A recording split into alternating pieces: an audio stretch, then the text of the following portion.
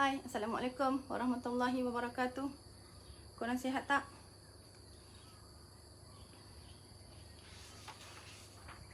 Assalamualaikum, Assalamualaikum, Assalamualaikum. Saya tak tahu lah, saya tak nampak ke apa, tapi macam okey. Hai Kak Cha. Kak Cha nampaknya nama pertama yang saya nampak. Asiah Paso. Selamat pagi. Bismillahirrahmanirrahim. Rabbi syrah li sadri wa yassir li amri wahlul 'uqdatam min lisani yafqahu qawli. Hari ni kita nak baca kitab. Tiba. Taklah. Tak, ini saya nak cerita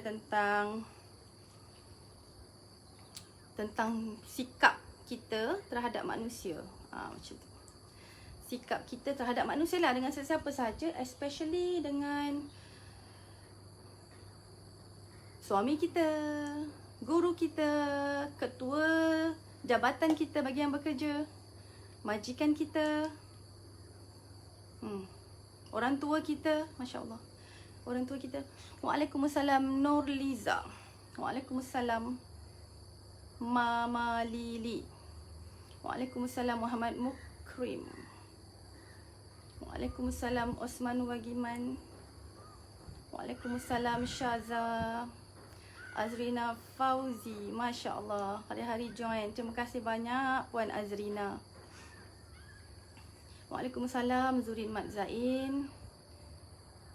Tengku Rozaima. Waalaikumsalam Tengku. Waalaikumsalam Amin Amin, terima kasih, doakan saya wanita hebat. Waalaikumsalam Ikin. Terima kasih banyak tuan-puan yang masuk awal-awal. Awal-awal means maksudnya memang dah tengah pegang handphone kan. So mungkin tahu saya nak live ke pagi-pagi, ataupun mungkin lalu di wall ke kan. Terima kasih banyak. Bila lalu kalian sudi nak tengok tu, saya bersyukur. Saya kat mana? Hanya saya belanja nak. Saya dekat tepi rumah saya. Tepi rumah saya hanya ada pasu ni dan pasu itu. Itulah bertahun-tahun saya terlupa. Saya tak sempat nak decorate kawasan ni. Dia kecil je, tapi pemandangannya itulah. Nampak gunung sikit, tapi gunung tak nampak pula. Sebab kabus. Masya Allah, hari ni berkabus. Tu sebab saya belah semalam. Tak apa saya tunjuk ya Messi sikit lah. Itulah, kalau korang tengok Messi dekat sebelah rumah saya ni, tak apalah kan. Itulah saya nak minta doa semalam tu. Dapatlah saya beli rumah sini, dapatlah saya decorate ke ataupun manfaatkan kan, betul tak? Doakan ya. Ini keliling rumah saya. Okay, saya tak tengok komen, saya nak sambung teruslah Okay. Alhamdulillah, terima kasih kepada 318 orang yang melihat saya. Bagi idol kesayangan, Masya Allah, sayang Julana juga kerana Allah. Waalaikumsalam. Okay, saya pegang buku ni. Saya pegang buku ni, saya nak minta tuan-puan dapatkanlah buku ni. Saya tak tahu lah macam mana nak beli. Saya tak sempat lah nak share ke macam mana kan. Tapi saya rasa buku ni type Tafsir Al-Quran ni Abdul Aziz Nikmat untuk surah Al-Fatihah. Untuk surah Al-Fatihah. Kenapa? Sebab saya nak share lah tentang sedikit lah ilmu dalam buku ni yang saya share hari ni. Dan saya nak bercakap tentang hari ni, tajuk kita ialah merendah diri, bukan memandang rendah. Korang dah sedia? Melaka hujan. Melaka hujan. Kat sini pun macam nak hujan. Waalaikumsalam. Selamat pagi Nura Muhammad, selamat pagi. Tolong tekan button share. Jangan lupa. Saya tahu tuan-puan tak buat lupa, tapi tuan-puan selalu lupa. Dia macam saya lah, selalu lupa. Arbani Hairudin, waalaikumsalam. Apa khabar? Alhamdulillah, hari ni saya sihat. Alhamdulillah, saya segar sikit daripada semalam. Mungkin tidur awal, mungkin 10:30 dah tidur. Kedai buku ada tak? Itulah saya tak pastilah. Puan Seriwati tanya kedai buku ada tak. Saya tak sure. Saya pergi kedai popular tu tak ada. Saya rasa ni jualan online. Nantilah je. Pasal saya pernah janji yang korang nak share nombor telefon tu. Yang saya ni, saya pun tak pegang nombor telefon. Takut ambil masa. Nanti saya nak check kan. InsyaAllah nanti saya sharekan nombor telefon. Okay. So hari ni saya nak cerita tentang cara kita memandang manusia, cara kita memandang hamba Allah yang lain. Contoh Ni umum lah. Kita borak-borak Korang boleh share juga.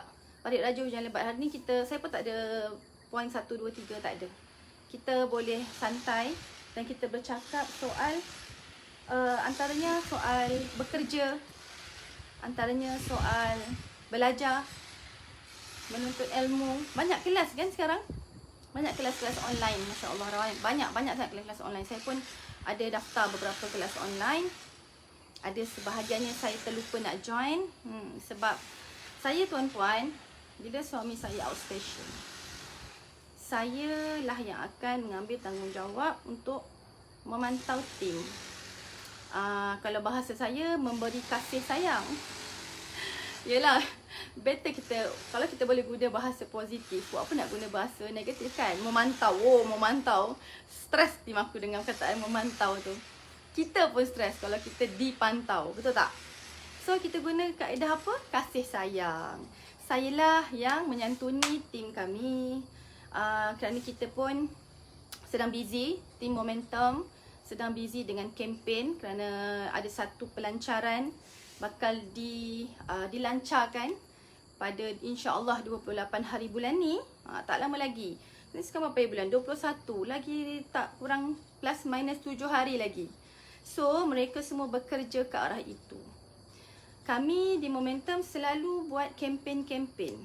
Kami suka panggil ia adalah kempen. Bila panggil kempen tu, banyaklah usaha samanya, gerak kerjanya, adalah susunannya.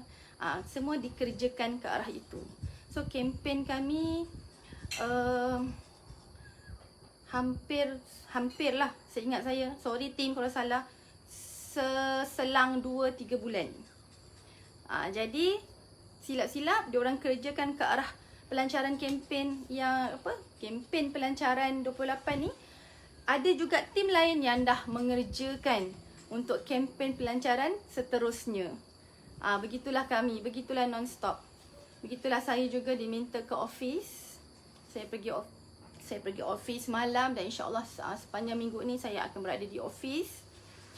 Kerana saya guna jugalah perkataan memantau tu ya. Saya ambil peluang untuk bertanyakan tentang perjalanan kempen.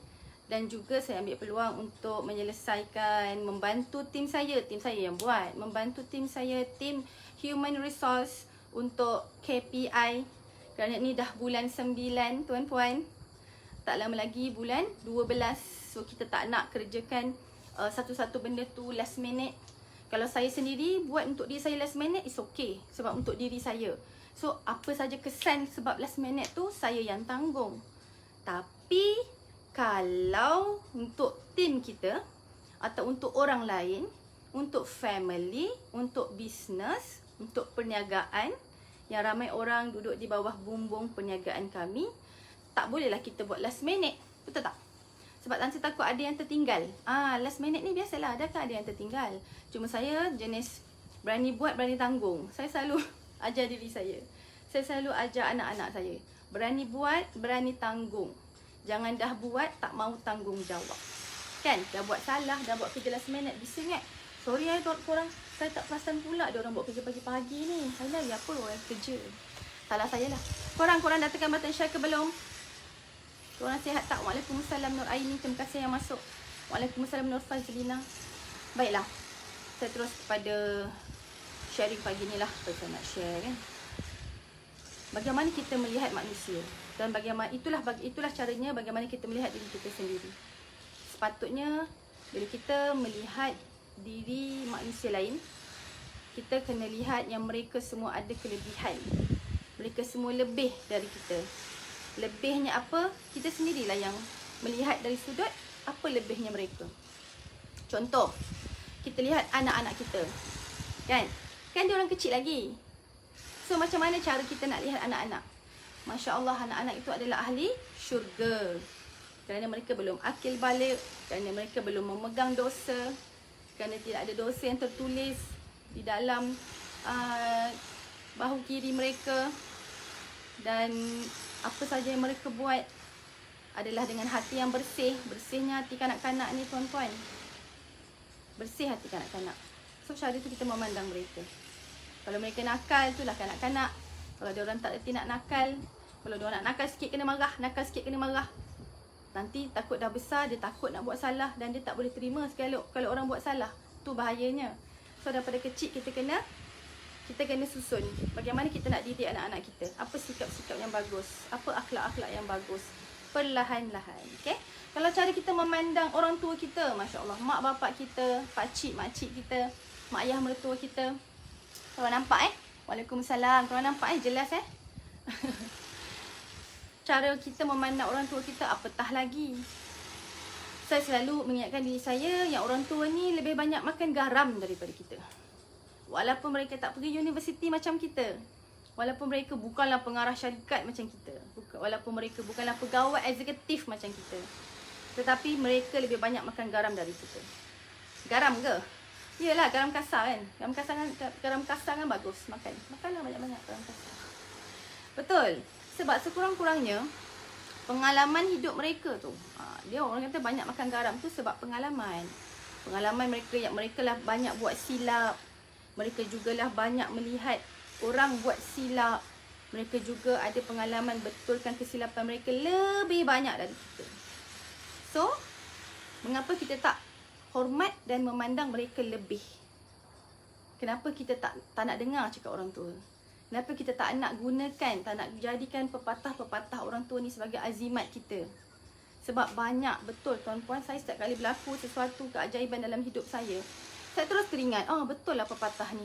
Betul lah pepatah ni. Oh, sebab itulah pepatah ini dicipta. Lepas saya fikir apa? Agaknya pepatah-pepatah ni, dia keluar setelah beratus dan beribu kajian agaknya. Dibuat oleh orang-orang tua ni. Pemerhatian. Keluarlah satu pepatah. Pepatah demi pepatah, banyaklah sampai kita dah beribu pepatah. Kita nak guna tak guna je, kan? Kemudian cara kita memandang kita punya tim. Cara kita pandang tim kita bagaimana? Adakah kita fikir, tim ni kalau aku tak bagi dia gaji, kalau aku tak terima dia kerja, tak ada gaji, tak ada makan. Begitukah tuan-puan? Pada saya, rezeki kita turun asbab orang-orang keliling kita. Rezeki seorang suami Allah turunkan asbab anak dan isterinya. Rezeki seorang majikan Allah turunkan. Masya Allah, hujan lah. Betul lah tadi, siapa dari Melaka tadi, dah hujan lah kita kat Keluang ni. Saya dah kena sikit tempias. Rezeki majikan adalah asbab staf-staf kelilingnya, staf-staf yang ada yang bekerja di dalam syarikat tersebut. Dan saya memandang, saya hanyalah memberi arahan, saya hanyalah memberi contoh teladan, saya hanyalah memberi saranan dan idea. Tetapi yang mengerjakan segala idea dan saranan itu mungkin ada juga daripada pihak kami sebagai ketua melakukannya juga, tapi tak banyak tuan-puan. Saya bergerak macam manalah saya tak perasan nak hujan. Kita. Okey Hujan. Nak tengok hujan. Tu nampak tak? Nampak tak hujan turun? Actually kalau hujan turun kat sini cantik tau. Saya sebenarnya seram nak bawa korang nak pindah tempat ni sebab nanti saya kena apa? Kena bergerak di dalam rumah. Rumah saya sedang dibersihkan ni. So kita cuba bertahan di sini. Okey? Cara kita memandang tim begitulah. Walaupun kita kadang-kadang marah tim kita.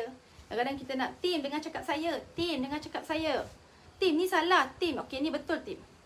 Tapi kita tetap kena menganggap yang tim itu lebih baik dari kita. Sebab mereka yang mengerjakan tu semua. Bagaimana cara menjadi orang yang dekat dengan Rasulullah di akhirat? Siapakah orang yang paling dekat? Siapa ni? Siapakah orang yang paling dekat dengan Rasulullah di hari kiamat? Beliau sendiri telah memberitahu kepada umatnya. Apa ni? Orang yang paling dekat denganku di hari kiamat ialah orang yang paling banyak selawat. Betul? Terima kasih share. Betul, jom kita selawat pagi-pagi. Lepas subuh, seawal subuh, sebelum subuh. Selawatlah. Kami di Tim Momentum, insya-Allah kami memang amalkan selawat. Bukan beramai-ramai, selawat tu sendiri-sendiri, tapi kita saling mengambil berat. Macam mana selawat hari ni? Dah selawat 1000 cukup. Macam tu. Sebab contoh kalau saya tanya, Daniel dah selawat 1000, sebenarnya saya belum cukup. Saya belum cukup, jadi saya nak semangat.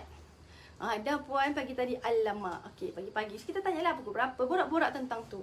Ada tim saya yang mengamalkan bacaan bismillah 3000 kali setiap hari. Ada yang mengamalkan bermacam-macam amalan. Jadi, kenapa saya nak memandang rendah kepada tim saya? Sedangkan mereka punya amalan lebih tinggi dari saya barangkali. So, ruginya kita kalau kita pandang rendah dekat tim, kita tak dapat ilmu yang bagus pun daripada manusia, tim tersebut. Sedangkan mungkin tim itu, kan Allah yang bagi tim tu pada kita. Tuan-puan, buruk baik dia, Allah nak suruh kita belajar. Belajar terima buruk baik manusia. Lebih-lebih lagi orang dalam keliling kita. So, rugilah kalau kita pun pandang rendah kat dia. Kita tak nak, kalau orang pandang rendah macam mana? Tak nak berborak, alah dia ni tak penting lah. Alah dia ni kalau nak borak dengan dia pun, dia ni tim je lah, tak ada apalah. Kita yang bagi dia gaji. So, kita rugi ilmu. Rugi kita tantah tim tu banyak ilmu-ilmu dia walaupun dia lebih muda dari kita. Tuan-puan.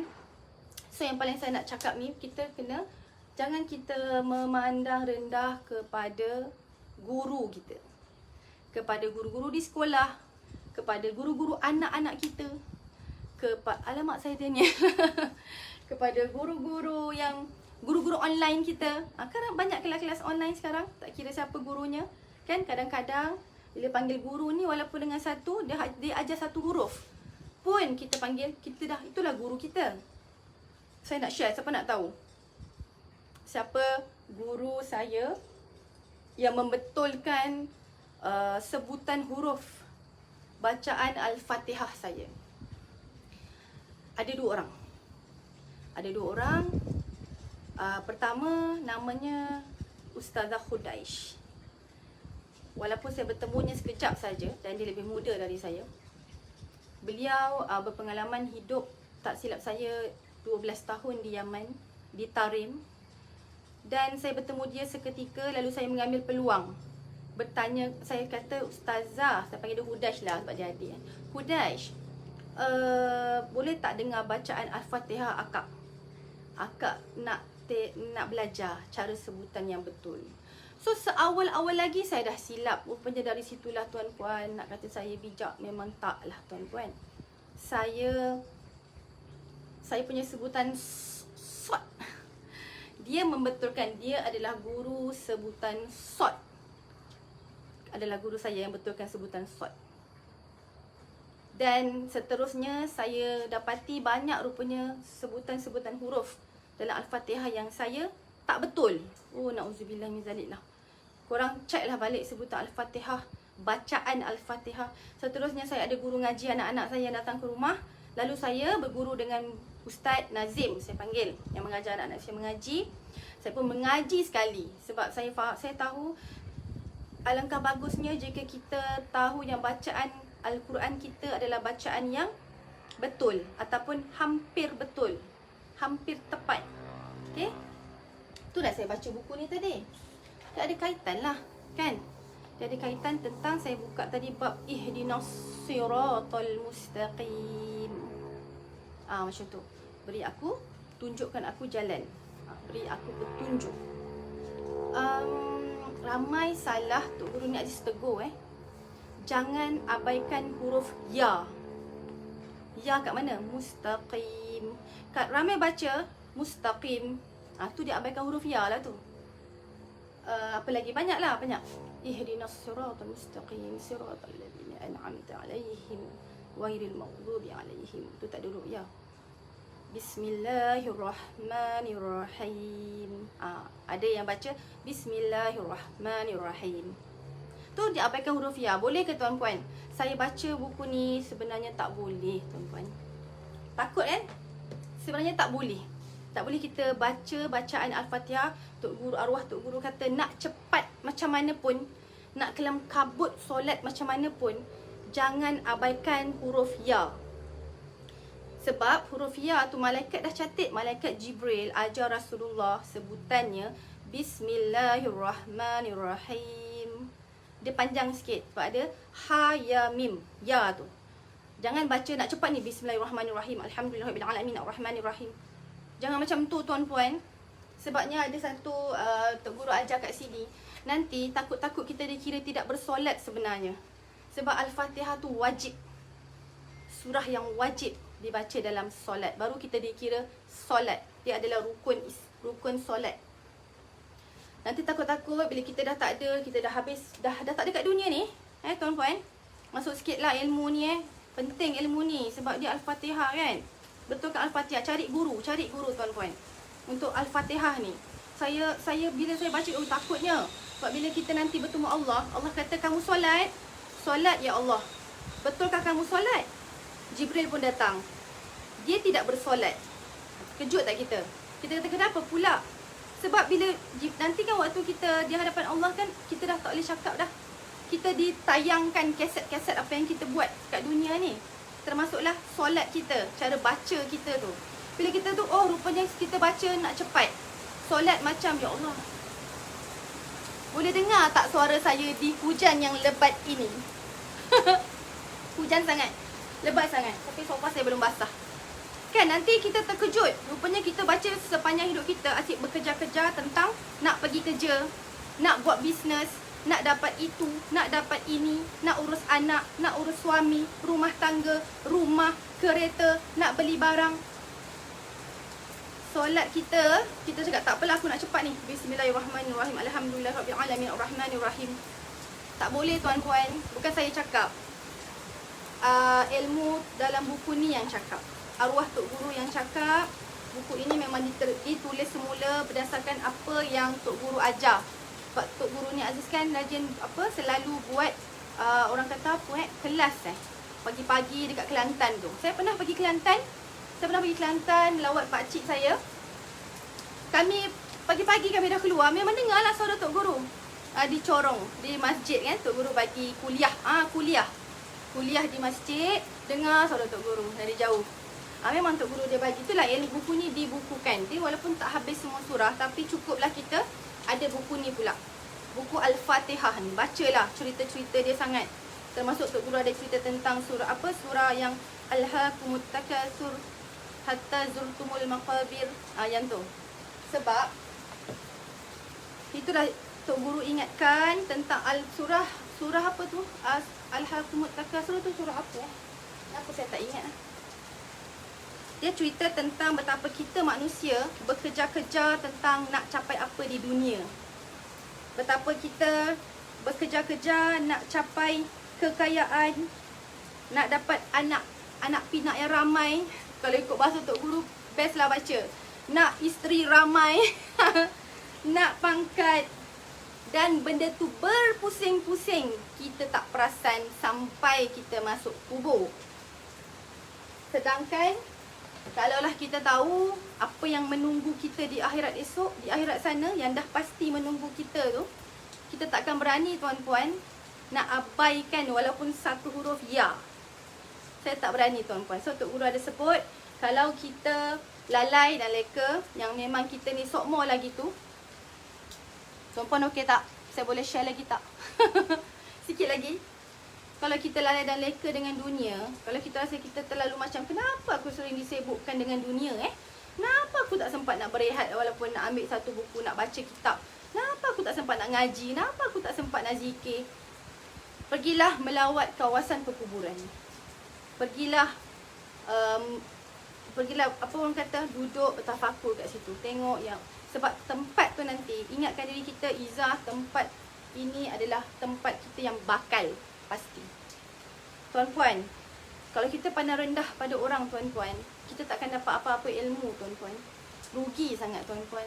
Kalau kita pandang rendah pada guru-guru anak-anak kita, alah guru anak kita guru sekolah rendah je. Saya guru sekolah rendah, saya guru pemulihan sekolah rendah. Kalau kita pandang rendah pada guru-guru anak kita, tak ada apalah, gaji pun sikit apa semua. Di mana berkahnya anak kita nak belajar tuan-puan? Kerana mereka adalah seorang guru yang Allah muliakan. Orang yang menuntut ilmu, orang yang mengajar kerana Allah muliakan dia. Dan siapa kita nak menghina dia ataupun nak memandang rendah pada dia? Jadilah orang yang merendah diri tuan-puan. Tuan-puan ada apa pun, kita ada harta apa pun, ada rumah besar pun, mintalah ke Allah bagi. Kereta paling canggih pun, kena ingat semua itu kita kena dasarkan kepada Allah. Okey tuan-puan, boleh tak?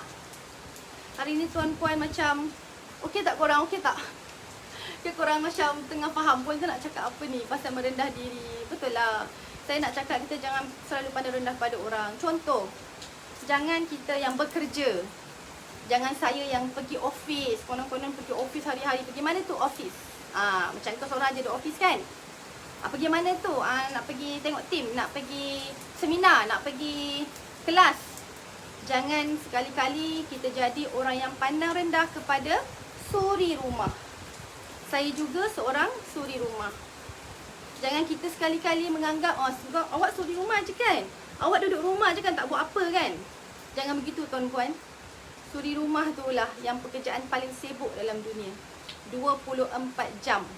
Lebih-lebih lagi jika mereka ada anak-anak. Mereka adalah ibu, suri rumah dan juga ibu.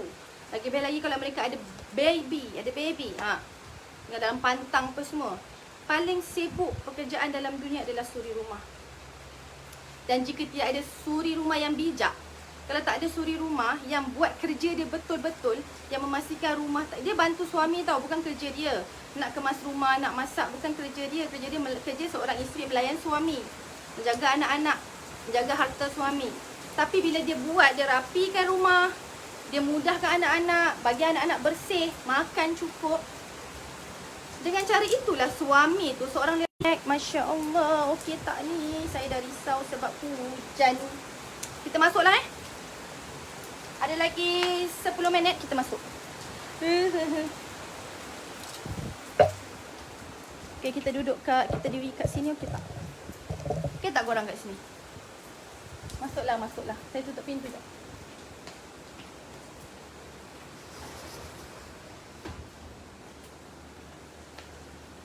Korang okey tak? Saya kena ajak korang masuk rumah lah. Terpaksa. Yelah hujan lebat. Korang okey dah rumah ni, rumah saya ni, kawasan saya. Membaca buku dan menonton televisyen kat sini, depan ni. Saya tak nak tunjuk. Saya belum nak tunjuk lagi rumah saya ni. Saya memang nantilah insya-Allah. Cuma kalau nak tengok anak saya menconteng rumah, banyaklah ni. Ini sudah diconteng. Penuh. Wallpaper di rumah ini penuh dengan contengan. Tapi saya suka tengok. Itu bermakna saya ada anak-anak.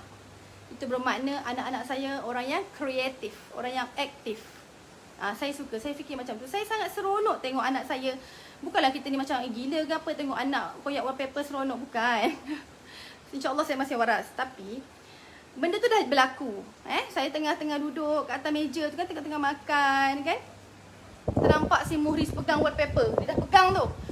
Saya tahu kejap lagi wallpaper yang cantik tu, yang memang tak pernah koyak tu akan koyak. Saya hanya panggil Muhriz. Siap zas. Saya kata, nak buat macam mana puan? Tuan, tangan budak lagi laju. Tapi anak dia memang buat kerja laju sangat. Kita pejam mata, buka mata, dah settle. Dia buat sepah.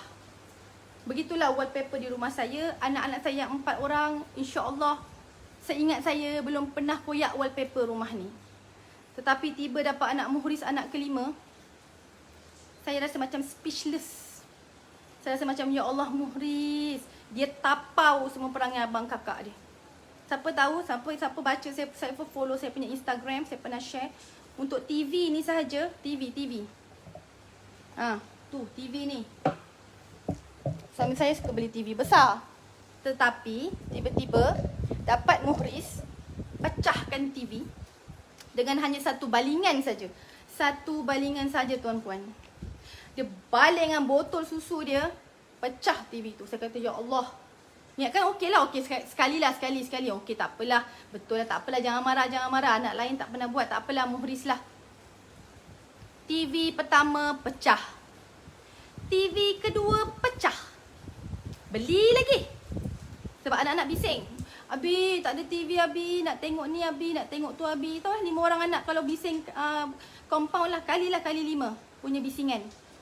Abi, Aman ni beli TV. TV ketiga pecah. Sampai saya cakap dengan suami saya, bang, beli TV kecil sudahlah bang. Mahal TV tu. Bukanlah TV zaman sekarang taklah mahal sangat, tapi mahal lah. Kalau pada memang nanti Muhriz baling lagi. Tak ya, nak cakap saya tak marah anak dah. Saya selalu pecah sekali 3 kali pecah, saya dengan suami saya tak ada rumah. Hanya ada bibik di rumah bersama abang kakak dia. Termasuk Muris pernah pecahkan bibik kakak dia. Gigi dia kot, tanggal pecah. Saya tak ingat lah. Tapi Muris punya balingan tu, saya kata, ya Allah budak ni, tangan dia kecil je. Muris ni anak saya yang paling kecil. Tapi dia punya tangan tu kuatnya, ya Allah, aku cakap. Semua dia, lepas tu kita orang berjaga-jaga. Sampai adik saya, maksudnya makcik Muris lah, makcik anak-anak saya, adik saya, isteri Cikgu Fik. Kami tengah berborak-borak, tiba-tiba dia, aduh. Saya cakap, ya Allah, saya dah macam seram. Matilah kalau berdarah kepala adik aku. Dia baling je dengan mainan. Siapa perasan tuan puan? Tak ada siapa perasan. Benda tu berlaku dengan laju. Saya kata, ya Allah, ya Tuhanku. Saya macam tak habis minta maaf lah saya kat adik saya. Sakit Kakak abang ni semua pernah kena dengan dia. Saya cakap, apa yang aku baling masa mengandungkan dia ni? Apa yang aku buat lah masa mengandung? Saya duk fikir tau, sampai bibik saya tanya, puan makan apa? Puan masa mengandung. Saya yang kena macam apa, Bik? Saya macam dah pasrah lah. Yelah, anak kita punya perangai, tak kan? Memang dah terang-terang, dia lukakan semua orang. Saya pernah tak? Saya macam tak pernah lah. Pernah juga time solat. Dia ketuk kepala saya. Saya kat time solat, memanglah kawasan yang menjadi kawasan yang haram dimasuki muhris. Sebab nanti time kita sujud ramai-ramai, suami saya sujud, ya kita sebenarnya jemaah kan. Dalam hati duk berdoa, ya Allah tolong selamatkan kami, tolong selamatkan kami, tolong selamatkan kepala kami. Sebab nanti dah ambil barang, pok je. Jadi saya cakap apa dah, cukup. Bip, saya nak solat jemaah yang mana semua orang solat. Kan siapa nak pantau dia, semua orang solat. Siapa nak marah dia kalau ada abang kakak dia ke, boleh. Murid jangan, tapi semua orang solat. Saya akan jerit, bibik naik atas, ambil muhris. Tutup pintu, kunci. Tarik nafas saya dengan muhris. Dan TV keempat, belum cukup 3, nak tahu lagi tak? TV keempat yang muhris pecahkan adalah TV di rumah lama saya, yang mak dengan ayah saya duduk tu. Saya cakap, ya Allah, ya Tuhanku, TV kat sini pun pecah juga. Siapa yang kena ganti? Saya lah, dah anak saya yang buat perangai tu. Mana si muhris? Semalam kan korang nampak dia kan? Itulah muhris. Tapi perlukah saya memandang rendah kepada muhris? Jangan tuan puan, silap kalau saya pandang rendah kat dia. Saya selalu panggil macam ni, kita jangan ada sifat underestimate orang. Jangan ada sikap dalam hati ataupun ada perasaan dalam hati, walaupun sekali, memandang rendah pada kemampuan orang lain. Underestimate orang, walaupun siapa pun orang itu. Tak kira siapa tuan-puan, yang bekerja ke tak bekerja ke. Bos memanglah kita pandang tinggi dia kan. Guru kita memanglah, kalau guru kita yang direct, kita pandang tinggi dia. Tapi jangan pandang rendah pada siapa-siapalah, tukang kebun kita ke, saya punya bibik ke. Saya boleh pandang rendah kat bibik saya? Tak boleh tuan-puan. Saya menganggap bibik saya adalah pembantu setia saya, yang duduk di rumah saya, yang tolong saya bersihkan rumah. Kalau dia orang tak ada, rumah saya ni payah nak bersih sebab saya ada eczema lagi kan. Nak bersihkan rumah ambil masa dan sebagainya. Kena mandi, bersih lagi satu kawasan, mandi lagi, bersih lagi satu kawasan. Itulah saya masa saya tak ada bibik dulu. Kerap mandi. Sebab saya suka bersih kan, saya tak boleh ada habuk kan. Tapi sekarang ni Allah Ta'ala bagi saya dan Tuan Najib ada pembantu rumah. Jadi kita kena bersyukur dan kita jangan pandang rendah dekat pembantu rumah tu. Walau apa pun perangainya. Perangainya tentulah lain-lain sebab daripada Indonesia. Budaya di Indonesia tu macam mana. So alangkah bagusnya bila kita pandang tinggi pada bibik kita, kita kata, oh bibik kita ni mesti dah melalui banyak kesusahan, mesti dah biasa tak makan, mesti dah biasa makan yang ada sahaja, mesti dah biasa tak ada duit dalam poket. Betul, saya tanya bibik saya, selalu borak dengan bibik saya. Bila saya borak dengan dia orang, saya sedang memahami dan belajar tentang manusia. Saya sedang menilai kenapa seseorang manusia itu begitu. Oh, kerana begini. Kenapa seseorang manusia itu jadi itu? Oh, kerana dia buat ini. Saya sedang belajar itu. Kan orang benda keliling kita kan tempat kita menimba ilmu. Tak nak habis. Tetapi bila kita memandang, kita sentiasa memandang orang tinggi dari kita. Tak kiralah 1 juta orang kata, tidak, awak ni lagi bagus, awak ni lagi bijak. Walaupun 1 juta orang kata macam tu, kita kena cari walaupun 1 point untuk kita anggap semua orang selain kita lebih baik dari kita. Akan ada tuan-puan, walaupun 1 point. Nak cakap orang yang paling jahil pun tak pandang rendah kat dia, dia jahil. Kita esok kena soal dengan Allah tau. Kamu dah tahu, kenapa tak buat? Teruk balasan kita esok kalau kita main-main dengan belagak dengan ilmu tu. Ilmu yang kita ada bukan untuk kita belagak, tapi untuk kita gunakan supaya bermanfaat. Saya tak cakap yang mana jahil tu tak payah menuntut ilmu. Jangan, nanti Allah tanya juga. Kenapa kamu tak buat ini? Tanya si Polan kan. Kenapa kamu tak buat, tak solat contoh. Oh, saya tak tahu solat. Allah akan tanya, di zaman kamu itu sudah ada Nabi Muhammad dah lahir. Dah tak ada pun Nabi meninggalkan kita. Tapi ilmunya, banyak ilmu-ilmu dari Rasulullah SAW. Banyak ilmu-ilmu yang Allah turunkan. Al-Quran. Macam mana kita boleh jawab dengan Allah? Kita tak tahu. Kita tak boleh jawab, tuan-puan tak tahu. Dah banyak ilmu ustaz-ustazahnya. Orang panggil apa ya sekarang? Asatizah ramai para asatizah yang menyebarkan ilmu sekarang ni. Tengoklah. Bukalah Zoom. Saya sangat suka mendengar selain daripada Syekh Zainul Asri. Saya sangat suka dengan, saya panggil ustaz lah ya, Ustaz Zahazan. Ustaz Zahazan Muhammad.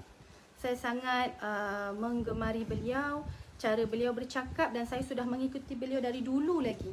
Kerana dulu, waktu saya tahu dulu beliau garang, agak tegas, agak direct dalam menyampaikan ilmu. Sebab dulu beliau ada masuk TV kan, waktu saya kecil-kecil dulu. Bila saya tengok dia sekarang di Zoom kan, saya tengok wah, ustaz sudah menggunakan pendekatan yang bersifat kasih sayang. Dia tunjukkan kasih sayang tu. Kita tak cakap ustaz yang dulu tu tak sayang, sebab dia sayanglah, dia bagi ilmu. Tapi sebab ada orang, dia contoh kita, suami kita sayang kita, tapi suami kita tak pernah cakap dengan kita, I love you sayang, abang sayang B, tak pernah cakap. Tapi adakah itu bermakna suami kita tak sayang kita? Atas segala dia kerja, bagi rezeki, bawa masuk ke rumah, kan sayang kan? Cuma dia tak cakap. Ada orang macam suami saya, dia bercakap, B, abang sayang B, terima kasih B jadi isteri abang yang solehah. Tu yang solehah tu saya tambah je tu, terima kasih B jadi isteri abang. Kan ada orang bercakap. Tetapi elok yang mana? Yalah, dua-dua pun boleh, tapi lebih elok bercakap. Bagi tahulah sebelum orang tu tiada lagi di dunia, sebelum wahai suami, sebelum isteri anda diambil oleh Allah, rehat di alam barzah,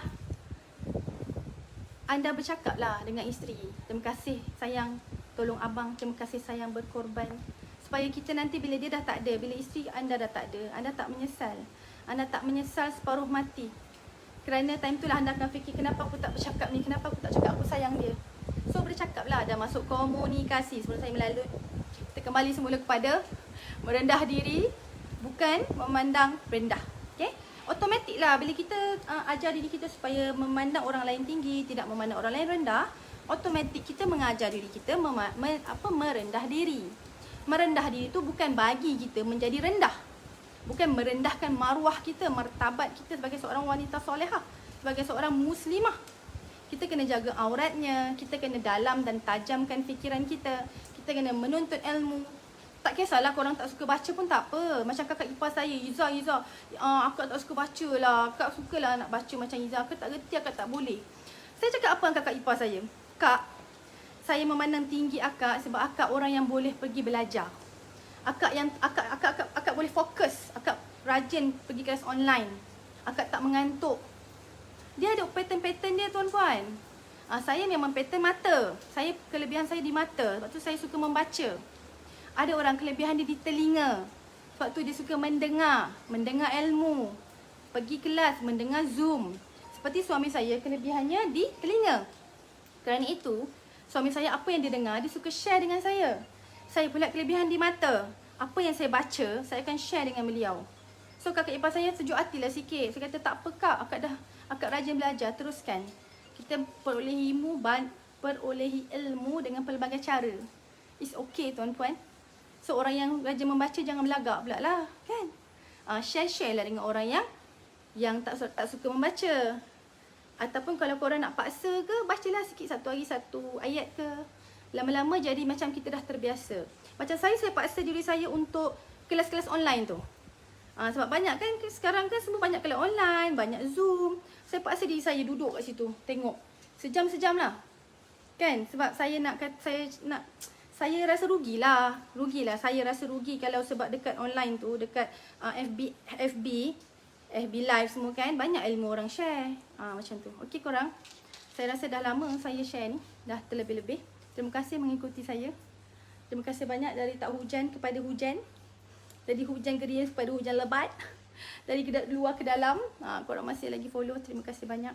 Saya harap adalah serba sedikit yang korang ambil untuk bekalan. Apa-apa kita buat. Ni pun buku ni. Tok Guru ni ada pesan.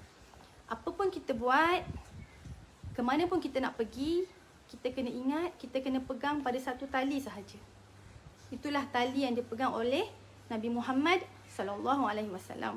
Sebab Nabi Muhammad yang membawa kita menuju kepada Allah. Jangan pegang tali lain. Dekat dunia ni tuan-puan banyak jenis tali. Contoh kita nak pergi masuk hutan, kan?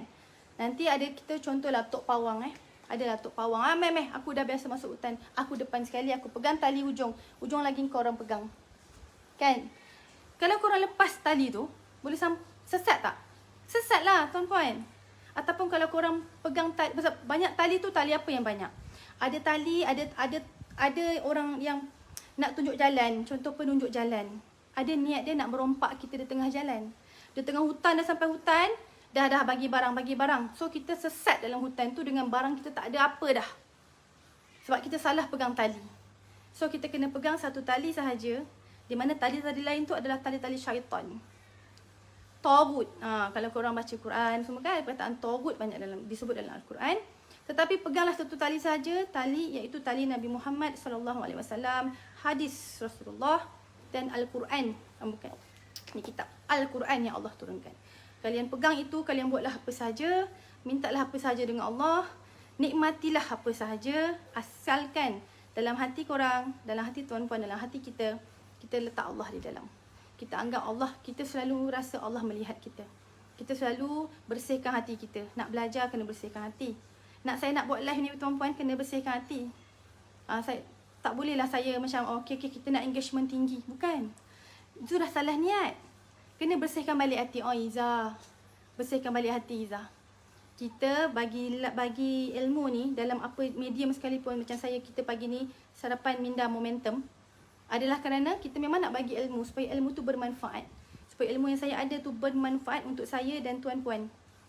Kita sama-sama dapat kebaikan dari ilmu tu. InsyaAllah barulah jadi ilmu bermanfaat. Okay tuan-puan, jaga diri, jaga iman, jaga anak-anak. Saya tak baca pun komen hari ni, saya laju sangat. Sekejap saya baca-baca apa lagi.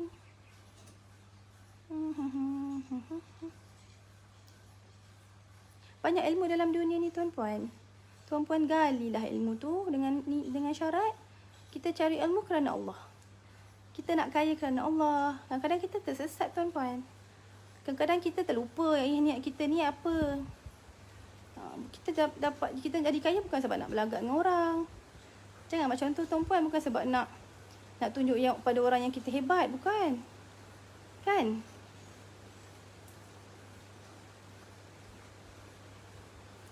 Perempuan rendah diri tapi suara tak boleh nak rendah. Kenapa puan?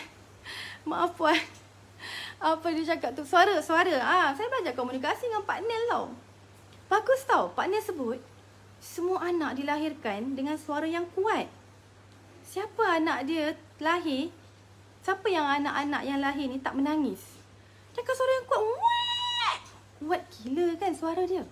Tapi kenapa bila dah besar, kita memilih untuk bercakap tu macam kita seorang je yang dengar. Saya okey, saya tak apa. Kalau saya saya live macam ni dengan korang, Assalamualaikum tuan. Okey tuan. Nanti kita ni nanti kita bincang lagi tuan-puan jangan kena ikut cakap saya. Tuan-puan pun tutuplah live tu kan. So kena pandai gunakan suara. Low tone, high tone, head tone, chest tone, suara dari dalam, slow, laju, semua kena gabungkan. Lagi-lagi kalau kita seorang guru, supaya bila kita mengajar, anak murid kita tak tidur. Sama juga ketua, majikan pun sama. Bila kita bercakap dengan firm. Bila kita bercakap dengan, itulah saya rasa awak ni kenalah buat FBX ni. Nanti kalau tak kita macam mana? Tim kita yang dengar, dia cakap apa buat boleh, tak buat pun boleh. Buat tak apa, tak buat pun tak apa. Macam mana tuan-puan? So gunakan suara yang Allah bagi pada kita ni dengan bijaksana. supaya orang faham apa yang kita nak sampaikan. Okey? Okey, kuis sikit lah sedikit. Sebab saya tadi terbaca-baca komen-komen korang kan. Di FB banyak kelas fardu ain, betul? Kelas mengaji. Merendah diri bukan memandang rendah, betul? Apa lagi? Ya, semuanya sweet-sweet, alhamdulillah, amin. Siapa yang cakap sweet-sweet tu, dia pun sweet, saya yakin tu. Ada yang, okay, Puan Nur Hayati kan, kita suka Ustazah Hazan. Beliau sangat bagus. Saya pun beli korma dia sekali, sedap. Okay, tak ada apalah. Korang jaga diri semua. Korang okey tak ni? Apa tu? Faham tak kadang komen korang ni? Sama-sama. Terima kasih banyak korang. Terima kasih banyak tuan-puan sebab sudi mendengar. Okey, jaga diri. Assalamualaikum warahmatullahi wabarakatuh.